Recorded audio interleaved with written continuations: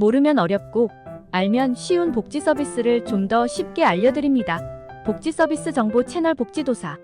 한부모 가정에 대한 지원이 뭐가 있을까? 한부모 가정이 뭘까? 백과사전을 찾아보니 18세 미만의 미성년 자녀를 둔 가정에서 부모의 한쪽 또는 양쪽이 사망, 이혼, 별거, 유기미혼모 등의 이유로 혼자서 자녀를 키우며 부모 역할을 담당하는 한부모와 자녀로 구성된 가족을 의미한다고 나와. 뭐 사별이야 뭐 어쩔 수 없다고 치지만 과거에 비해 이혼으로 인한 한부모의 증가는 눈에 띄게 많아진 게 사실이야. 당연히 과거에는 이혼 가구가 많지 않아서인지 이혼 가구를 바라보는 시각이 부정적이다 못해 아무런 지원도 없었던 것 같아. 아무튼 이혼 가구의 증가로 인해 한부모 가정도 증가하게 되었는데 이제는 국가에서 이러한 한부모 가정을 위해 지원하는 것들이 참 많아졌어. 아무래도 경제활동을 하는 부모의 역할이 반절로 줄어들었고 더불어 자녀 양육 역할 또한 반절로 줄어든 거니까 지원이 많아져야 하는 게 당연한 거겠지?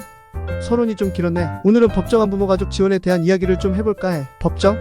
법정이 뭐지? 가족의 구조학적으로는 한부모 가정이지만 한부모 가정이라고 모두 어렵게 사는 건 아닐 거 아니야? 말 그대로 한부모 가정이면서 생활에 어려움이 있는 가정을 법정 한부모 가정이라고 해. 구조적으로 한부모 가정이라고 해서 모두 지원을 받을 수 있는 건 아니야. 자, 그럼 어떤 사람들이 신청할 수 있는지 간단하게 소개할게. 우선 법정 한부모에서도 소득인정액을 기준으로 선정해. 소득인정액?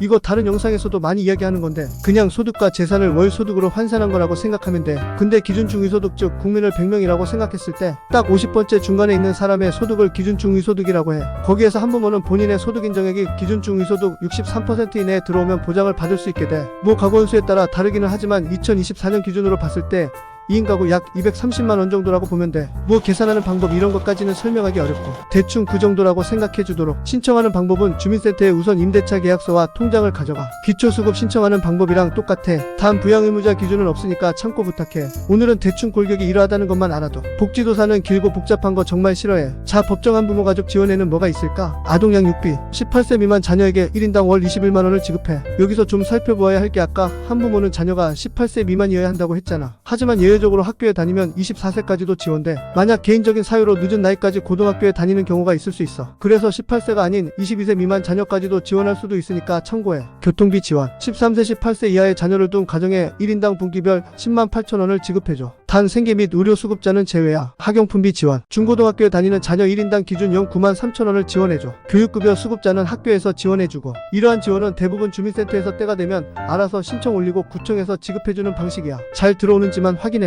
자, 여기까지 지원에 대한 설명은 끝이고 그 외에 감면 서비스 등이 있어. 우선 하수도, 전기, 지역난방, 도시가스, 이동통신요금 감면이 돼. 감면 내용은 보장별로 다 각각 상이하니까 다 설명하기는 어려워. 이건 대부분 주민센터에서 신청해야 하는 거니까 꼭 잘 확인해야 해. 그리고 보통 수급자들이 받는 문화누리카드며 양복 혜택 등이 있고 그 외에도 짜잘하게 서비스들이 많이 있지만 모두 설명하기는 좀 그렇고.